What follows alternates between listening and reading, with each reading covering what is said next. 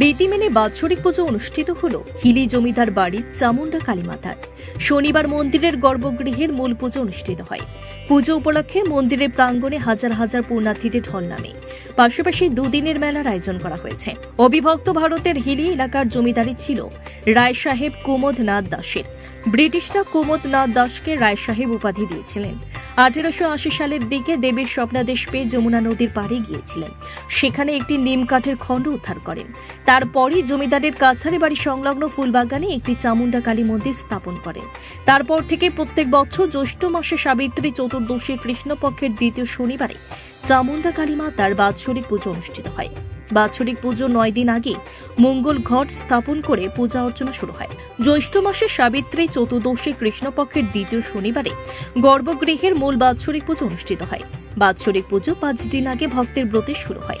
বাৎসরিক পুজো আগের দিনে মন্দিরে চামুন্ডার অঙ্গরাগ করিয়ে খাপড়া পুজো ও আনন্দ নৃত্য অনুষ্ঠিত হয়। বাৎসরিক পুজো দিন রাতে ভক্তদের দ্বারা আগুন খেলা অনুষ্ঠিত হয়।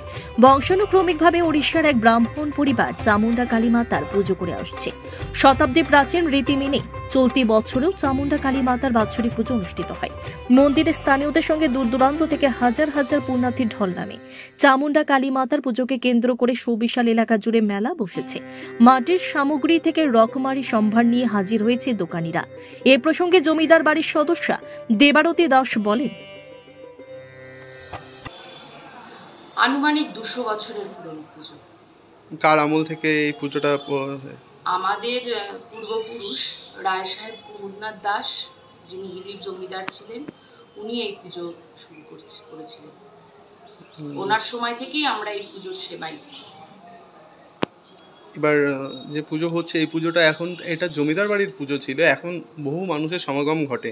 এই যে পরিবর্তনটা এসছে, এটা কিরকম ভাবে দেখেন? দেখুন, এখনো আমরাই এই পুজোর সেবাই। সেই অর্থে এটা পারিবারিক পুজো, কিন্তু হিলিবাসীর দেবী চামুন্ডার প্রতি আস্থা, এই যে এবার হাজারের ওপর মানুষ এখানে ভক্ত হয়েছেন, এই বিপুল সংখ্যক মানুষের এখানে যে ইনভলভমেন্ট, এটাই এটাকে পারিবারিক পুজো হয়েও একটা সমগ্র হিলিবাসী পুজোয় পরিণত করেছে। আজকে সার্বজনীন, আজকে কিভাবে এই পুজো অনুষ্ঠিত হচ্ছে? কতদিন ধরে এই পুজো চললো? এই পুজো সাবিত্রী চতুর্দশীতে 9 দিন ব্যাপী পুজো হয়, কিন্তু মূলত যে অনুষ্ঠানটা সেটা শেষ 3 দিন ধরে হয়।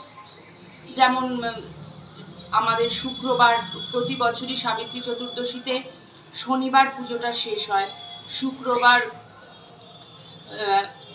মুখোশ ধারণ করে সেখানে প্রাণ প্রতিষ্ঠা হয়, খাপড়া পুজো হয়।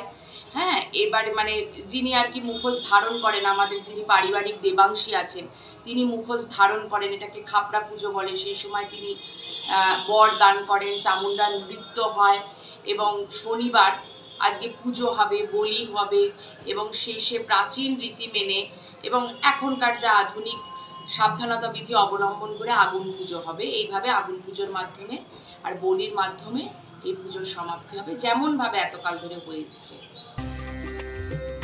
গঙ্গারামপুর থেকে বিশেষ প্রতিবেদন, নিউজ টুডে।